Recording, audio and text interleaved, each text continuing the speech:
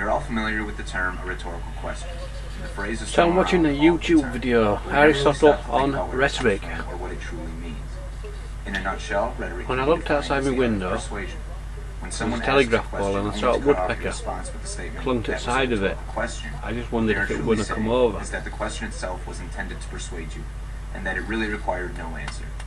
However, it is not fair to nutshell rhetoric. It has roots deeply embedded in several areas, including sociology and history, but today is practiced more fully in English, speech, and communication. Because Aristotle is commonly regarded as the father of rhetoric as we know it, for our purposes, we will focus on rhetoric as it applies to philosophy. Aristotle's rhetoric was written in two different periods between 367 and 347 BCE, and 335 and 332 BCE, and many historians align these time periods with Aristotle's two stays in Athens. The work wasn't actually intended to be published originally.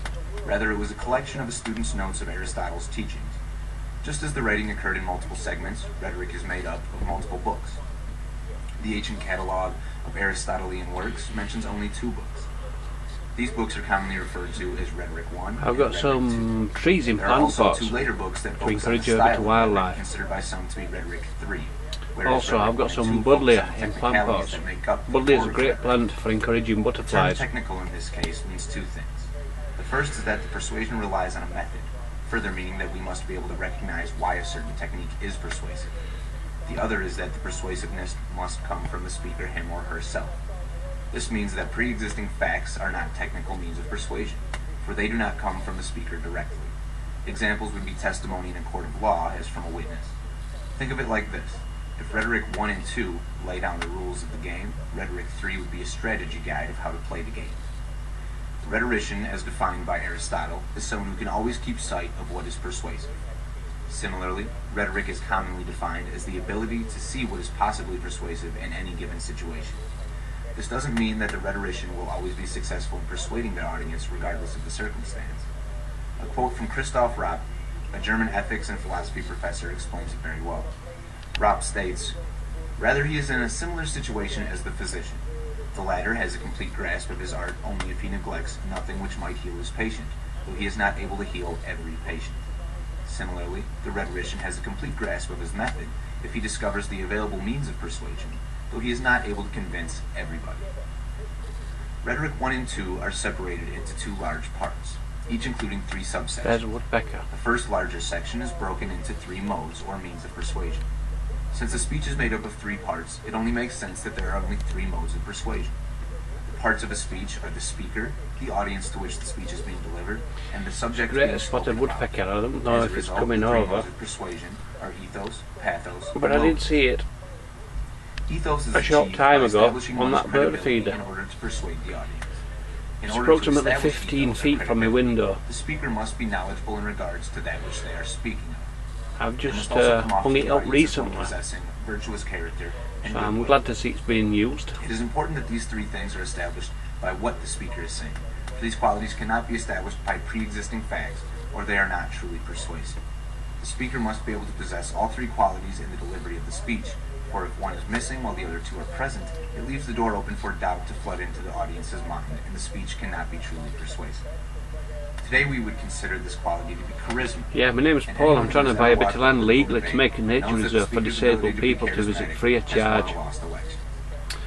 Also, I thought it might be good for school parties to visit so the teachers could learn younger generation about nature and conservation and what a wonderful world we live in and how we should take care of it. We do not judge in the same way when we are happy And when we hand it on to future generations, as opposed to feeling vengeful. and they've got a wonderful world to live on, rather than It is extremely important to control this variable in order to be persuasive.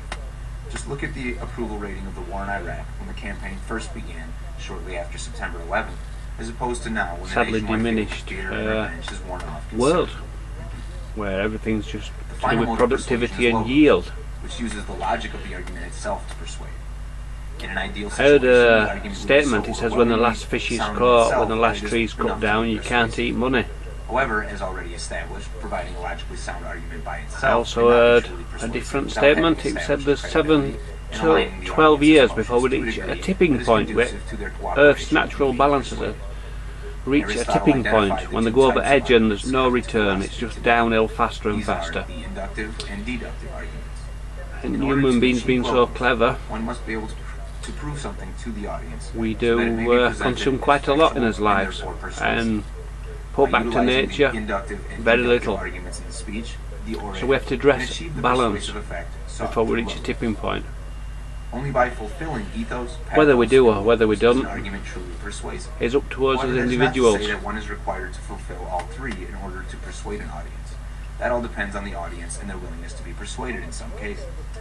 However, one must not expect to persuade their audience without taking ethos, logos, and pathos into account. Whereas by full... So outside my window I've got some trees in plant pots which encourage a bit of wildlife. Promoting biodiversity, the variety of flora and fauna.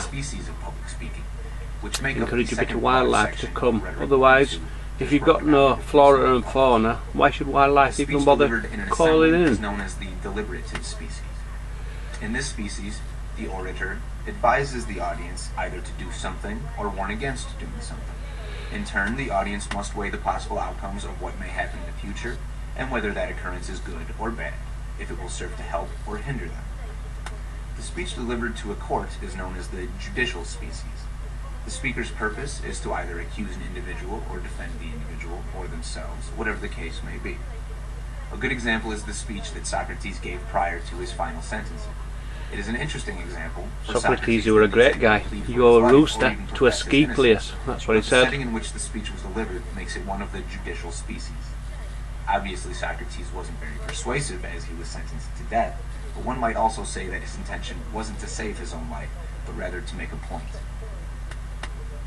The final species of persuasion, the epidictic species, differs from the first two in that the intent is not to convince the listener to choose one side of two opposing parties. Rather, it seeks to establish the shame or honor of an individual based on their past and actions and deeds. This sounds a bit confusing, for it still asks the audience to take one side or the other, but not in the manner of I choose this party over that party, rather seeking to establish one characteristic of one individual. Another way to think about the epidictic species is that the goal is not to decide an individual's innocence or guilt, but to judge their character, to label them. Rhetoric was originally taught as a third of the trivium, a liberal arts curriculum taught in the classical society. The other 2/3 are comprised of grammar, which is basically the same as grammar as we know it today, and dialectic. Dialectic and rhetoric are said to be counterparts of one another. Ropp said, "What dialectic is for the practice of attacking and maintaining an argument, rhetoric is for the practice of defending oneself or accusing an opponent." That's woodpecker again. That the dialectic is a private or academic practice, while rhetoric is a public practice. Both are based on the principle of inductive and deductive reasoning, and are interested in the opposing sides of an argument. Aristotle drew a distinct correlation between rhetoric and dialectic. He noted not only the several similarities between the two, but also many differences as well. However, the differences only serve to link the two further, as they demonstrate more clearly how they are almost the exact opposite of one another, and complement each other in that way completely. What dialectic is, rhetoric is not. It'd be nice if woodpecker came just outside window and we could have a proper look at it, wouldn't it? Not necessarily choose one side over the other, or to persuade either side. The goal is to come to a reasonable, rational conclusion, which could come from either of the opposing parties, or through a combination of the opposing viewpoints. As we have already come to know, rhetoric is entirely about persuasion. It is an art designed to sway the audience to support the speaker's point of view, be it in the political forum or the courtroom or community assembly. While the rhetorician acknowledges the opposing viewpoint, he does not seek to come to a rational understanding with his opponent. His goal is to make his argument the one that is recognized by all as the correct and true argument, especially recognized by the opponent in the debate. Because it is an art based on the result of persuasion, rhetoric is not necessarily only applied for positive ventures or good intent. One could very well feign the characteristics that establish credibility with their audience, and also identify with the emotional state, possibly even abusing it. With the impact that emotions have on an individual's decision-making abilities, it is the easiest of the modes of persuasion to abuse and manipulate for one's own gain. Since having one's own interest in mind when forming an argument voids it from being truly persuasive for our purposes, one could argue that attempting to abuse rhetoric's power of persuasion would be fruitless.